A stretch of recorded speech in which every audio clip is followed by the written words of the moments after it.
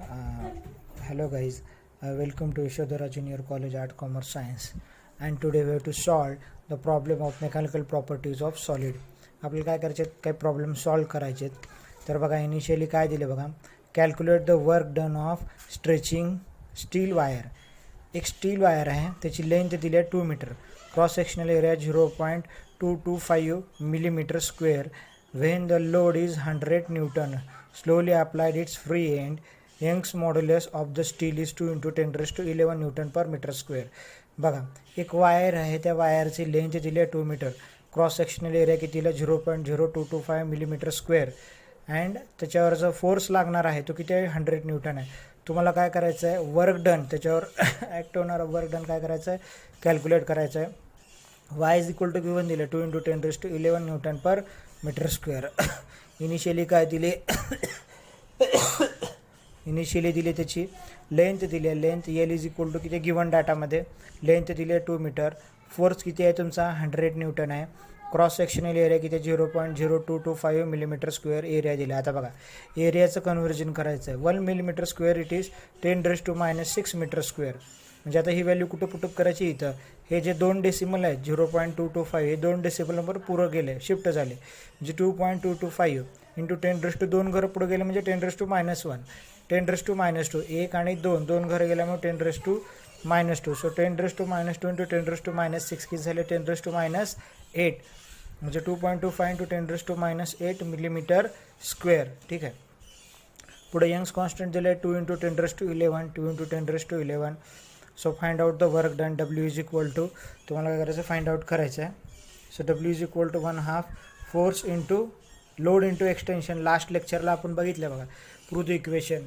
So Y is equal to, बघा longitudinal स्ट्रेसचा formula, Y is equal to F small L into A capital L डिनॉमिनेटरला, म्हणजे F applied force per unit area change in length upon original length. Divide कुठं झालं न्यूमरेटरचं डिनॉमिनेटरला, म्हणजे F L upon A L. आता काय करायचं याच्यातला वाय काढायचं आपल्याला, वाय डिनॉमिनेटरचं कुठे गेला न्यूमरेटरला, आणि स्मॉल एल न्यूमरेटरचं कुठे गेला डिनॉमिनेटरला, म्हणजे स्मॉल एल वर आला आणि वाय कुठे गेला खाली, F L upon A Y. आता ही इक्वेशन 2 जी आहे एलची, ही कुठं टाकायची, ह्या ठिकाणी टाकायची.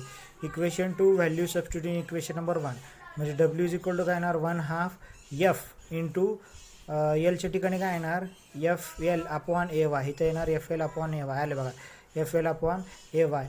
So F L upon A Y इथं आलं बघा 1/2 एफ स्मॉल एल काय तुमचं F L upon A Y, F L upon A Y. F काय झाला एफ स्क्वेअर झाला इंटू एल, तसंच आहे divided by A Y.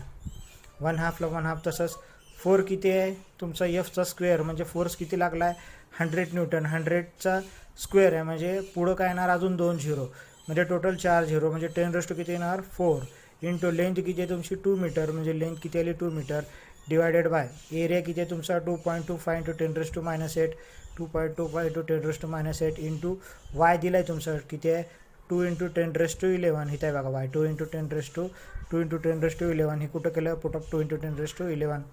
2 1 2 2 1 2 gate काय झालं गेट कॅन्सल, 10⁻4 डिनॉमिनेटर तसंच राहिलं, 2ने ह्याला मल्टिप्लाय केलं म्हणजे किती आलं 4.5, आणि हे 10⁻11 10⁻⁻8 म्हणजे 11तून 8 गेले 9 10 11 3 राहिले खाली बघा. आता खालचं मायनस +4 आहे, +3 वर जाऊन काय झालं -3, 10⁻4 आणि 10⁻3 म्हणजे किती झालं 4तून +3 वर जाऊन -3, 4तून 3 गेले म्हणजे 1 10⁻10 म्हणजेच 10. आता काय करायचं 1/4.5 आहे इथं, 1/4.5. मग काय करायचं हे रेसिप्रोकल सेक्शनमध्ये जायचं आणि 4.5चं झिरोमध्ये बघायचं रेसिप्रोकल. हे बघा रेसिप्रोकल सेक्शनमध्ये गेलं आणि इथं काय करायचं रेसिप्रोकल सेक्शनमध्ये 4.5ची व्हॅल्यू ओळखायची. हे बघा 4.5चं काय आहे 4.5ची व्हॅल्यू पुढं काय नाही, म्हणजे आपण कशात बघणार झिरोचं, म्हणजे किती येणार इथं बघा 0.2222, म्हणजे 4.5चं झिरो म्हणजे किती येतं 0.2222 इंटू 10 जूल, हे 10 राहिलेलं आहे, 10 0.22 मल्टिप्लाय केलं म्हणजे 2.22 जूल, म्हणजे अमाऊंट ऑफ वर्डन किती येते इथं 2 जूल, म्हणजे वर्डन किती होईल इथं 2.22 जूल. ठीक आहे. नेक्स्ट प्रॉब्लेम काय बघा, solid metal sphere of volume किती आहे 0.31 metre cube is dropped in an ocean where water pressure is 2 into 10 raised to 7 Newton per meter square. Calculate the change in volume of the sphere. Bulk modulus of the metal is 6.1 into 10 raised to 10 Newton per meter square. म्हणजेच काय, एक metal sphere आहे, तो काय केला, त्याचं volume आहे 0.31 metre cube, त्याचं व्हॉल्यूम आहे एवढं 0.31. तो स्पियर काय केला, एक ड्रॉप ओशन म्हणजे समुद्रामध्ये टाकला, तसं प्रेशर एवढं क्रिएट झालं आहे 2 into 10 raised to 7. तुम्हाला त्याचं व्हॉल्यूम समुद्रामध्ये टाकल्यानंतर काय झालं, प्रेशर क्रिएट झाल्यामुळे वेव्ह फॉर्म झाले आणि त्याचं व्हॉल्यूम काय झालं, बदललं. तर किती बदललं आहे व्हॉल्यूम हे काय करायचं आहे, कॅल्क्युलेट करायचं आहे. के म्हणजे काय, बल्क मॉड्युलस हे दिलं आहे 6.1 into 10 raised to 10 newton per metre square. Given data बघू, व्हॉल्यूम दिलं आहे V.31 मीटर क्यूब आहे. Change in pressure calculate the where pressure म्हणजे काय, pressure DP 2 into 10 raised to 7 आहे, 2 into 10 raised to 7. DV म्हणजे काय, change in volume. So change in volume किती आहे तुमचं इथं, बदललेला व्हॉल्यूम. तर काय करायचं आहे, calculate the change in volume DVचे कॅल्क्युलेट करायचं आहे आणि के दिला आहे 6.1 into 10 raised to 10 newton per metre square. So K is equal to काय येणार इथं बघा, VDP अपॉन DV. लास्ट लेक्चरला आपण फॉर्म्युला बघितलं बघा, व्हॉल्यूम किती आहे 0.31, DP किती आहे, change in pressure 2 into 10 raised to 7 आणि DV चेंज इन व्हॉल्यूम काय करायचं आपल्याला, काढायचं आहे. हा डिनॉमिनेटरचा कुठे गेला, न्यूमरेटरला, आणि के हा न्यूमरेटरचा कुठे गेला, डिनॉमिनेटरला. म्हणजे DV वर गेला, के कुठे गेला, खाली आला, VDP अपॉन के. आता V किती आहे 0.31, DP 2 into 10 raised to 31. त्यानंतर ते किती आहे इथे दिलेलं आहे 6.1 into 10 raised to 10 newton per metre square. इथे टाकलं की याच्या ठिकाणी. म्हणजेच काय बघा, 2 न 0.31ला मल्टिप्लाय केलं 0.62 डिवाइड बाय 6.1 डिनॉमिनेटरला. आता 0.62 आणि 6.1ला जर आपण भाग घातला तर इथे किती येतं आन्सर 0.1. म्हणजे तुम्ही कॅल्क्युलेटर करून बघा, ह्याचा आन्सर एवढं होतं 0.1. 10 raised to 7, 10 raised to plus 10 वर जाऊन काय झालं, -10, -10 plus 7 मोठ्याचं चिन्ह आहे. 10तून 7 गेले म्हणजे किती राहिले, 10तून 7 गेले म्हणजे 10 raised to -3, कारण की 11ला मोठ्याचं चिन्ह आहे. So that's why 10 raised to -3 आणि 10 raised to -1 म्हणजे किती, 10 raised to 0.1, 10 raised to -1, 10 raised to -3 आणि 10 raised to -1 म्हणजे 10 raised to -4. म्हणजे DV is equal to 10 raised to -4 m3.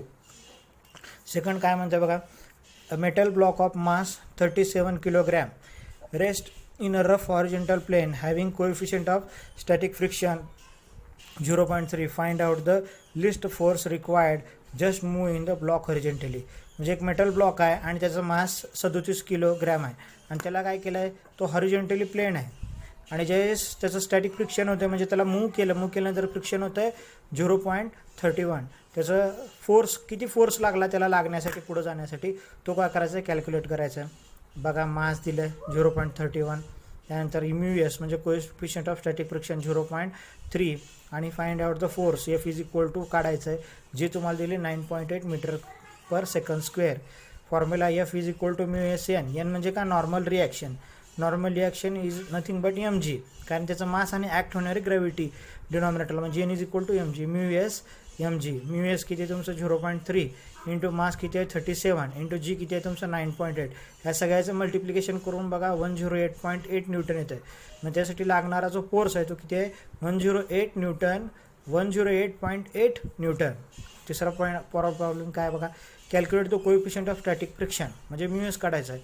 Object of mass दिले 50 kg, place horizontally pull in table attaching the spring balance, force increasing gradually, observe that object move the spring balance is 50 newton. म्हणजे एक spring आहे आणि त्या टेबलला लावलेली आणि table काय होतं, हॉरिझॉन्टली मूव्ह होतं आहे, त्यावेळेस त्याचा मास किती आहे टेबलचा 50 किलोग्रॅम आहे. त्यानंतर काय झालं, स्प्रिंग बॅलन्स करते आहे, परंतु ते बॅलन्स होण्यासाठी जे फोर्स लागतो तो किती आहे 50 न्यूटन आहे. बॅलन्स करण्यासाठी 50 न्यूटन लागतं आहे. तुम्हाला काय करायचं, फोर्स इन्क्रीज ग्रॅज्युअली. तुम्हाला काय करायचं, त्याचं फ्रिक्शन काय आहे, घर्षण. फोर्स फ्रिक्शन म्हणजे काय, घर्षण. त्याच्यामधलं घर्षण किती आहे तुम्हाला काय करायचं आहे, कॅल्क्युलेट करायचं. लक्षात ठेवा, कॉन्स्टंट टर्मला कोणतेही युनिट्स नसतात. मग गिवन डाटामध्ये काय बघा, पहिल्यांदा फोर्स दिला, कुठं आहे फोर्स 50 न्यूटन फोर्स दिलं आहे, जे तुम्हाला गिवन दिलं 9.8. आता कोएफिशियंट स्टॅटिक फ्रिक्शन म्हणजे काय, μS कॅल्क्युलेट करायचं आहे, ठीक आहे. आणि N म्हणजे काय, नॉर्मल रिॲक्शन. इथंच आहे बघा formula, F is equal to μSN. हाच इथला घेतला, F is equal to μSN.